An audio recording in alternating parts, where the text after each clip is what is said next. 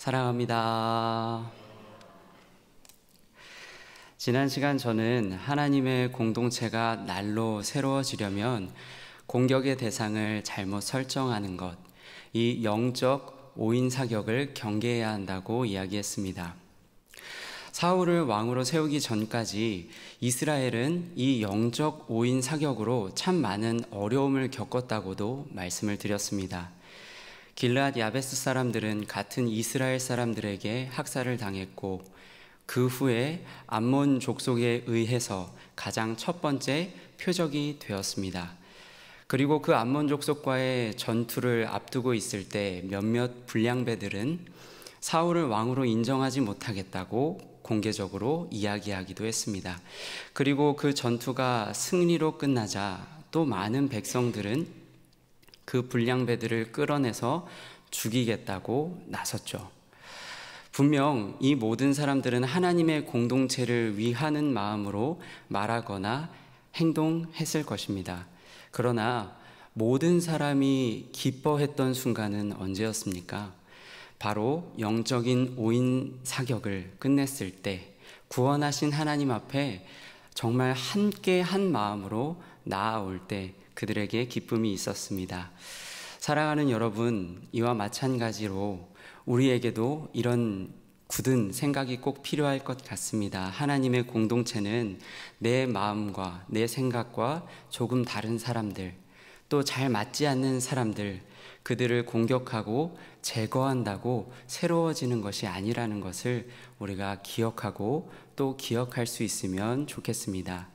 물론 우리 중에서는 이 일을 모르는 사람은 없을 것입니다. 하지만 이렇게 이야기할 수는 있겠습니다. 전도사님, 그 모든 것을 제가 머리로는 잘 알고 있습니다. 그런데 막상 그 상황이 닥치면, 막상 그 상황이 현실이 되면 쉽지 않습니다. 누군가가 나에게 오인 사격을 먼저 하는데 공동체 원으로 할 수 없는 말들을 나에게 쏟아내는데 제가 어떻게 그에게 오인 사격을 하지 않을 수 있겠습니까? 하고 말입니다.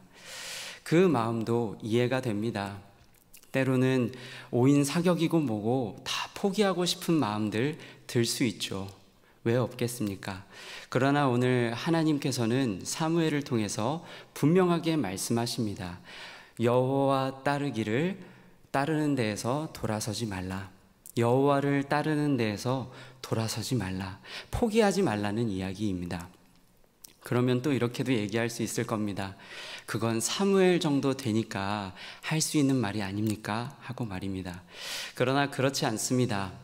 사무엘은 내가 기도하기를 쉬는 죄를 여호와 앞에 결단코 범하지 않을 것이라고 이야기했지만, 참 멋있는 고백을 했지만 사실 그 고백도 포기하지 않는 그 사무엘의 마음을 증거하고 있는 말이기 때문에 그렇습니다. 우리가 사무엘과 같은 성경 인물을 생각할 때 종종 완성된 모습을 많이 떠올리고는 하는 것 같습니다. 사무엘처럼, 다니엘처럼, 에스더처럼 되어야 하는 것이죠. 물론 하나님께서도 우리에게 신앙의 롤모델로 보여주시기 위해서 그들을 우리에게 보이신 것이 분명합니다. 그러나 우리가 기억해야 할 것은 그들 역시 하나님의 그 인도하심 따라 그 안에서 포기하지 않았던 사람들이라는 것입니다. 결코 우리와 성정이 다른 사람들로 생각할 것이 아니라 오히려 그들을 인도하신 하나님과 그 과정을 우리는 꼭 기억해야 하는 것이죠. 그래서 또 저는 생각합니다. 오늘 우리가 말씀의 제목이죠. 포기하지 않는 것이 중요합니다 라는 말씀의 제목인데, 이 이야기를 들었을 때 어떤 분들은 힘이 나지만 또 그렇지 않은 사람들도 있을 것이라고 저는 생각합니다. 왜냐하면 포기하지 않는다 하는 것은 무엇을 의미합니까? 직전까지 너무나도 포기하고 싶은 그 순간이 전제되어 있다라는 말입니다. 그렇기 때문에 그 참으로 고통스럽고 외로운 자리 경험하고 싶지 않으니 포기하지 않는 것이 중요합니다 라는 말도 마음에 와닿지 않는 것이죠. 그러나 오늘 저는 꼭 이 말씀 드리고 싶습니다. 그 고통스럽고 외로운 자리, 그 자리에서 하나님께서는 함께 하시고 일으키시기를 원하시고 일으키실 수 있는 분이신 줄 믿습니다. 그렇기에 오늘 우리는 사무엘의 이 12장에서 하는 말을 잘 귀 기울여 들어보면 좋겠습니다. 사무엘은 여호와 따르기를 포기하지 않을 것을 이 12장 전체를 통해서 이야기하고 있는데, 특별히 두 가지 방법을 사용하고 있습니다. 첫 번째는 경고하는 것입니다. 여호와 따르기를 포기하는 것은 곧 멸망하는 것이라고 지금 이야기하고 있습니다. 이 세상에는 포기해도 괜찮은 것과 포기하지 말아야 하는 것이 있죠. 그런데 여호와 따르는 것은 포기하지 않는 것에 해당한다는 겁니다. 선택지가 없다는 거예요. 그러면서 심지어 너희도 경험해서 이미 그 사실을 잘 알고 있지 않느냐라고 이야기하고 있지요. 그러면서 왕을 세우고 모든 이스라엘 사람들이 기뻐하는 그 순간에 사무엘은 그 모든 이스라엘 사람들을 하늘 재판정 앞으로 불러 세웁니다. 실제로 사무엘이 사용했던 그 단어들을 살펴보면 정말 재판정에서 쓰일 만한 단어들을 사용하고 있는데, 우리 어떤 내용인지 말씀을 통해서 한번 확인해 보도록 하겠습니다. 내가 여기 있나니 여호와 앞과 그의 기름 부음을 받은 자 앞에서 내게 대하여 증언하라. 너희가 내 손에서 아무것도 어떠한 흠도 찾아낸 것이 없음을 여호와께서 너희에게 대하여 증언하시며 그의 기름 부음을 받은 자도 오늘 증언하느니라. 그런즉 가만히 서 있으라. 명령법으로 사용됐습니다. 여호와께서 너희와 너희 조상들에게 행하신 모든 공의로운 일에 대하여 내가 여호와 앞에서 너희와 담론하리라. 너희와 재판하리라. 너희와 판단하리라. 지금 이야기를 하고 있는 것이죠. 그렇다면 사무엘은 왜 모두가 함께 기뻐하고 있는 그 순간에 이렇게 무거운 이야기를 하고 있는 것일까요? 그렇게 이야기해야만 하는 이유가 있는 것일까요? 사실 아이러니하게도 우리에게는 가장 하나님께 감사하는 그 순간에도 때로는 하나님을 따르지 않을 수 있는 연약함이 있다라는 겁니다. 20여 년 동안 품에 안아 키운 자식이 있다고 생각해 보겠습니다. 그 자녀가 아직 가정을 이루기 전에 여러 이유들로 독립을 하겠다고 이야기하고 있는 것이죠. 얼마나 간절해 보이던지 그것을 허락해 주었고 자녀는 고맙다며 기뻐하고 있습니다. 자녀가 기뻐하는 모습을 보면 기쁘기도 하지만 부모님의 마음은 어떠합니까? 한편으로는 걱정되고 두려울 것입니다. 부모의 직접적인 영향 아래에서 떠나서 이 자녀가 정말 중요한 결정을 할 때 부모님에게 지혜를 구하기나 할까? 부모님을 찾아오기나 할까? 혹여 자신의 경험, 자신의 지혜만을 의지해서 선택했다가 큰 어려움을 당하지는 않을까 하고 말입니다. 아마 오늘 사무엘의 마음도 이와 마찬가지가 아니었나 합니다. 이스라엘 백성들을 그렇게 불러 모아서 엄히 경고하면서 사무엘은 이렇게 이야기를 하는데요. 하나님께서 그들을 얼마나 신실하게 인도하셨는지, 그리고 그에 반해서 이스라엘은 얼마나 신실하지 못했는지를 가르칩니다. 하나님은 믿을 만한 분이고 우리는 어떠한 상황에도 믿을 수 없는 존재들이라 하는 것을 가르치고 있는 것이죠. 그 내용이 어떠한지 우리 말씀을 통해서 확인해 보도록 하겠습니다. 야곱이 애굽에 들어간 후 너희 조상들이 여호와께 부르짖음에 여호와께서 모세와 아론을 보내사 또한 여룻바알과 베단과 입다와 나 사무엘을 보내사 너희를 너희 사방 원수의 손에서 건져내사 너희에게 안전하게 살게 하셨거늘 너희가 암몬 자손의 왕 나하스가 너희를 치러옴을 보고 다시 어려움이 닥쳐오니 너희의 하나님 여호와께서는 너희의 왕이 되심에도 불구하고 너희가 내게 이르기를 아니라 우리를 다스릴 왕이 있어야 하겠다 하였도다.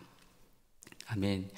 사무엘은 지금 이러한 상황 속에서도 하나님은 너희에게 왕을 허락하셨다라고 가르치고 있는 것이죠.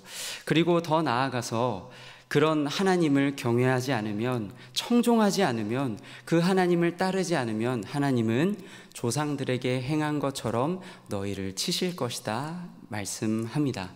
그리고 더 나아가서 16절의 말씀을 보면 결코 밀베는 그 시기에 일어날 수 없는 일, 우레와 비를 내리시는 하나님을 보이시며 이스라엘이 하나님 앞에서 범한 그 악이 얼마나 큰지도 가르쳐주고 경고하고 있는 것이죠.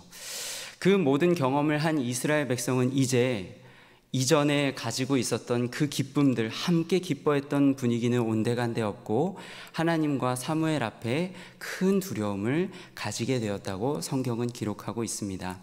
오늘 그래서 우리가 읽은 본문에서 그들은 우리가 죽을 수 없으니 하나님께 기도해 달라고, 하나님께 기도해 달라고 사무엘에게 요청합니다.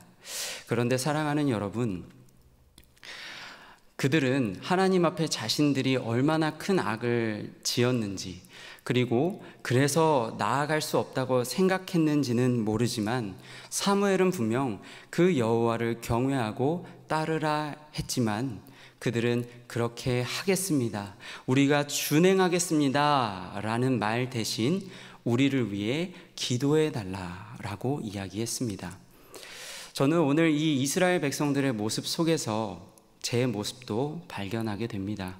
그리고 아마 사랑하는 우리 성도 여러분의 모습도, 하나님 앞에서의 모습도 그와 같을 때가 있지 않을까 합니다. 하나님은 분명하게 말씀하셨는데 내 마음은 여전히 사랑하고 싶지 않고 하나 되고 싶지 않아서 그 모든 포기를 다 포기하지 않고 일어서야 할 그 자리에서 그냥 하나님 앞에 은혜만을 구하고 있는 것이죠. 하나님, 그와 같은 마음을 나에게 주시옵소서. 마음 주시면 내가 그 말씀을 따라 살아가겠습니다 라고 하는 것처럼 말입니다. 그런데 그 모습은 한편으로는 겸손처럼 보일 수도 있겠습니다. 그러나 좀 더 그 모습을 들여다보면 최근 담임 목사님께서도 인용하신 이야기처럼 자기 자신을 적게 생각하는 모습이라고는 이야기할 수 없을 것입니다. 그러나 오늘 하나님께서는, 그리고 사무엘은 그런 연약한 모습을 가진 이스라엘 백성에 대해서도 꾸짖지 않으시고 두 번째 방법을 사용하십니다. 바로 격려와 사랑의 방법이죠. 어떻게 하나님께서는 사무엘을 통해서 말씀하셨는지 말씀을 통해서 한번 확인해 보도록 하겠습니다. 두려워하지 말라. 너희가 과연 이 모든 악을 행하였으나 여호와께서는 너희를 자기 백성으로 삼으신 것을 기뻐하셨으므로 여호와께서는 그의 크신 이름을 위해서라도 자기 백성을 버리지 아니하실 것이요. 왕 앞에 모든 큰 악을 행한 백성이 있습니다. 또 왕을 부인하고 있습니다. 새로운 왕이 필요하다고 요구하고 있습니다. 이런 백성을 기뻐하는 왕이 있습니까? 없을 것입니다.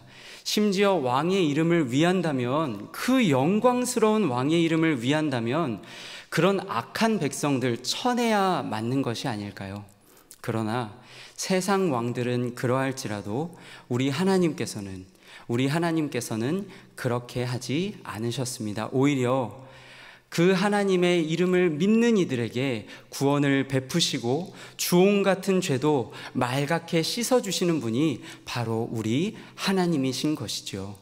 그래서 오늘 사무엘은 하나님께서 이처럼 기뻐하시니, 하나님께서 이처럼 이 백성을 포기하지 않으시니 사무엘이 뭐라고 그 백성들을 미워하고 포기할 수 있겠습니까?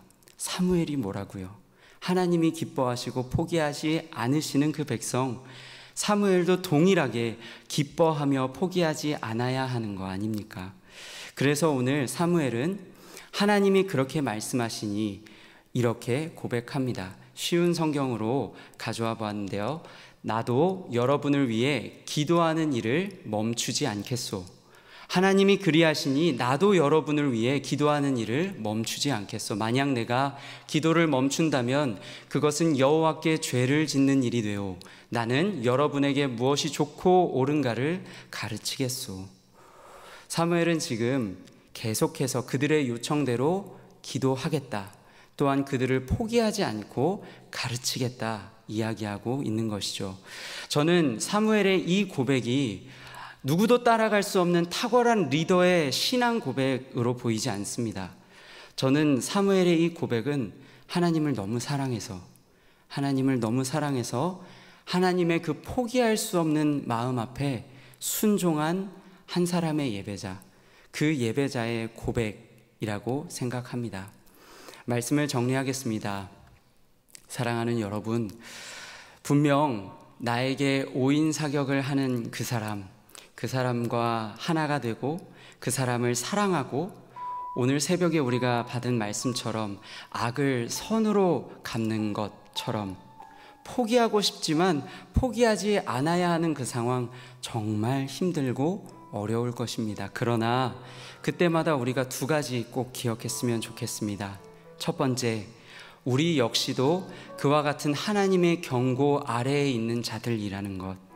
그리고 두 번째 우리가 기억해야 할 것은 우리를 기뻐하시고 우리를 포기하지 않으신 그 하나님께서 오늘 내 곁에 두신 그 사람들, 나와 마음이 맞지 않고 나와 마음이 자꾸만 부딪히는 그 사람도 하나님께서 포기하지 않으시고 기뻐하신다는 사실을 우리가 기억하면 좋겠습니다. 그래서 그것을 기억하며 포기하지 않을 때 우리가 얻게 되는 결과, 우리를 통해 날로 하나님 나라가 새로워지는 것을, 우리 가정이 새로워지고 우리 교회가 새로워지고 또한 우리의 삶의 모든 곳곳이 새로워지는 것을 경험하는 우리 모두가 되기를 축복합니다.